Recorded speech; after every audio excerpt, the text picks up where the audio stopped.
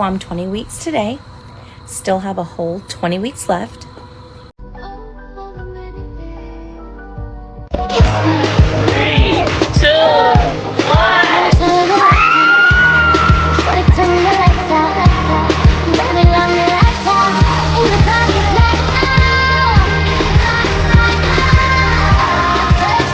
On a Tuesday evening, a grocery store parking lot in Stonecrest, Georgia.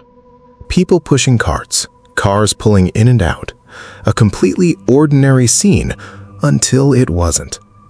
Just after 7 o'clock, DeKalb County officers responded to reports of a shooting in that parking lot. When they arrived, they found a woman inside a car with a gunshot wound. They also found a man nearby with a wound of his own, except his was self-inflicted. She died at the scene.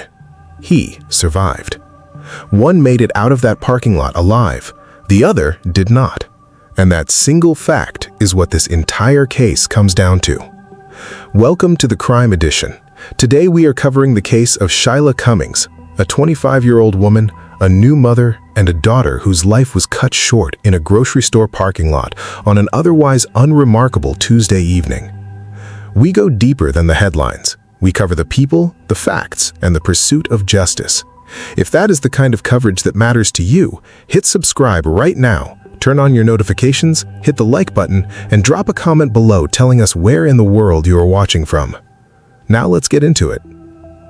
Shyla Cummings grew up as the kind of daughter who made her parents feel like they had done something right. Her father, Ralston Cummings, did not just love his daughter, he recognized himself in her. The way she thought, the way she handled herself, the way she pushed through things without asking for permission. Her mother, Shamika, called her the best, not just her daughter, her person, her vacation partner, the one she called first when something good happened. Shyla had a plan. Nursing school was locked in for August. She had worked toward that goal and earned it. And 7 months before that Tuesday evening in May, her daughter Sariyah was born. Shyla had wanted a girl, and she got her wish. According to Shamika, becoming a mother did not slow Shyla down, it sharpened her. She became more focused, more independent, more intentional about the direction her life was heading. Weeks before May 6th, Shyla posted a video online, a baby shopping haul from Burlington and Walmart.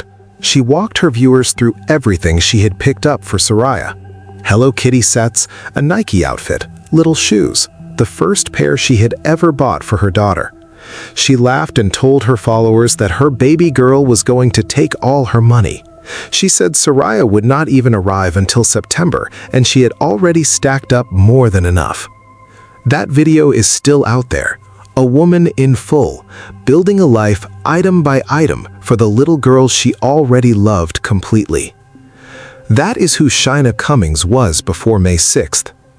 Now here is where the story gets complicated. In Shyla's life, there was a man named Isaiah Tarver, 23 years old, 2 years younger than Shyla. According to her family, the two had been in a relationship for several years, and it was not a stable one. On again, off again. Pulling apart, coming back together, separating again. Shyla's family confirmed to multiple outlets, including 11 Alive and People magazine, that domestic violence had been a problem in the relationship. To be clear about what is confirmed and what is not, no prior police reports or protective orders in connection with this relationship have been publicly released. What is confirmed is the family's account, that there was a history, that there was a pattern, and that by the time May arrived, Shyla was done. She was moving forward, nursing school in August, Sariyah growing, her independence increasing. Ralston Cummings gave his daughter space because he respected her as an adult. He stayed out of her private life. In his own words, "That's something I didn't want to get involved in because it was her private life." He has carried that decision with him every single day since May 6th. Not because he did anything wrong, but because love cannot always reach the places we step back from out of respect. Here is what domestic violence research consistently shows. The most dangerous point in a controlling relationship is not the worst argument. It is not the loudest confrontation. It is the moment the other person realizes the relationship is ending permanently. Studies show that when a victim begins pulling away for good, the risk of lethal violence increases sharply. Not because anything new has happened, but because for someone who has made another person's presence the center of their control, the idea of permanent loss becomes unbearable. Shyla was pulling away. She had a future that did not include Isaiah Tarver at the center of it, and that, according to investigators and the family's account, is the backdrop to everything that happened on the evening of May 6th. Stay with us, because what happened next and how investigators pieced it together is where this case takes a turn that no one in that parking lot saw coming. May 6th, 2026, Tuesday, the Publix on Panola Road in the 3000 block of Stonecrest, Georgia, just after 7:20 in the evening. The parking lot was busy the way it always is on a weekday evening, people running errands, grabbing groceries, moving through the ordinary rhythm of a regular night. Shyla Cummings pulled into that parking lot with 7-month-old Sariyah secured in the back seat. Isaiah Tarver was there. Whether that encounter was planned or whether it escalated from contact made earlier that day, authorities have not publicly confirmed. That remains an open part of the investigation. What investigators did confirm is the sequence of events. Tarver shot Shyla Cummings. She died at the scene. He then turned the weapon on himself. When DeKalb County officers arrived, they found 2 people with gunshot wounds in that parking lot. Initially, it was reported as 2 shooting victims, but as investigators processed the scene and examined the evidence, they confirmed a critical distinction. Tarver's wound was self-inflicted. That detail matters, not just factually, but legally. It established from the earliest hours of the investigation that there was one shooter, and that shooter was still alive. Witnesses at the scene told investigators they heard the shots. They saw both individuals outside the vehicle, and they saw something else. A car seat inside the car with Sariyah still in it. 7 months old, physically unharmed. She did not have a single injury. DeKalb County CSI arrived and began processing the scene. The medical examiner was called to the location. No autopsy findings or ballistic reports have been made public as of this video. Because Tarver was present at the scene and identified immediately, investigators did not face a complex case to unravel. The evidence pointed directly and quickly. Tarver was taken to a nearby hospital and treated in stable condition. Investigators did not wait for him to be discharged. He was charged with murder while still in that hospital bed. Once he was medically cleared, he was formally booked into the DeKalb County Jail at 4415 Memorial Drive in Decatur, Georgia. The charge confirmed through DeKalb County Jail records and reviewed by People magazine, murder with malice. In Georgia, malice murder is the most serious homicide charge on the books. Under state law, it means the killing was carried out with deliberate intention, a decision made, not a moment lost. It is the equivalent of first-degree murder in most other states. There is no reduced version of this charge. There is no soft framing for it. Prosecutors looked at what happened in that parking lot and filed at the highest level available to them. Tarver is currently held in DeKalb County Jail. As of this video, no formal arraignment dates have been publicly set. No additional charges have been publicly announced. The Crime Edition will continue to follow this case as it moves through the court system. Now, while Tarver was recovering in a hospital bed, Shyla's family was doing something else entirely. They were planning her funeral. They were arranging to bury their 25-year-old daughter. And then they made a decision. They were not going to let this story be told in 2-minute news clips and move on. They sat down with 11 Alive reporter Chase Howell, the only outlet they chose to speak to in the immediate aftermath, and they named what happened exactly for what it was: domestic violence. Roston Cummings looked at the camera and talked about his granddaughter Sariyah, the way a man speaks when grief and love are sitting in the same sentence. Her daughter is almost like Shyla 25 years ago, same exact way. Adorable. Beautiful. He is now raising that little girl. The same 2 people who raised Shyla are now raising Shyla's daughter. Shyla Cummings described who her daughter was in the simplest, most devastating terms.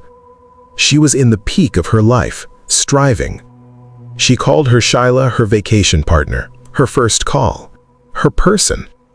And now she is standing in the middle of that loss and still reaching a hand toward other parents. Just be involved. Pay attention. Just be there for your child. That's the best you can do. Roston echoed her. Just always find out what is going on in their day-to-day life, their private life. And then he said the thing that will stay with anyone who hears it. That's something I didn't want to get involved in because it was her private life. He respected her, he gave her room, and he has lived with that every single day since May 6th. Not because he failed his daughter, but because no one could have predicted that respecting her boundaries would cost her everything. That is the thing about cases like this one that never makes the headline. Domestic violence does not happen in public until it is too late. It lives in the private space. It relies on the exact kind of love and boundaries that the people around the victim protect carefully. By the time it breaks into the open, by the time there are officers and investigators and news cameras, the person everyone was trying to protect is already gone. In the United States, more than 3 women are lost to intimate partner violence every single day. Not every week, every single day. Researchers who study coercive control relationships consistently identify the separation period as the highest risk window. When a controlling partner recognizes the relationship is ending for good, the behavior frequently escalates in ways that are difficult to predict from the outside. The people closest to the victim often describe seeing something off in the days or weeks before, but not knowing how seriously to take it. Tarver turning the weapon on himself immediately after is consistent with a pattern that investigators and behavioral analysts have documented in intimate partner homicide cases. It is not remorse. Experts describe it as the behavior of someone who could not accept losing control over another person's life, not someone who regretted what they had done. He survived. And that fact, that single fact, is the one that Shyla's family and everyone who has followed this case carries with them. Tell us in the comments, do you believe the legal system does enough to protect people who are trying to leave dangerous relationships? We read every comment on this channel. Shyla Cummings was 25 years old. She had nursing school starting in August. She had a daughter who looked exactly like her. She had a mother who was her closest friend and a father who saw himself every time he looked at her face. She had a shopping cart full of Hello Kitty sets and little Nike shoes and a baby girl she was building a whole future for. Isaiah Tarver is charged with murder with malice and is currently held in DeKalb County Jail. No trial date has been set. This case is not over, and this channel will be here when it moves forward. If you or someone you know is in a dangerous relationship, the National Domestic Violence Hotline is available right now. The number is 1-800-799-7233. It is free, it is confidential, it operates around the clock, and it is available in more than 170 languages. You do not need to be certain that something is wrong to make that call. If this case moved you, share this video. Someone in your circle may need to hear it. Subscribe to the Crime Edition because we do not stop covering a case until justice is served. Rest, Shyla.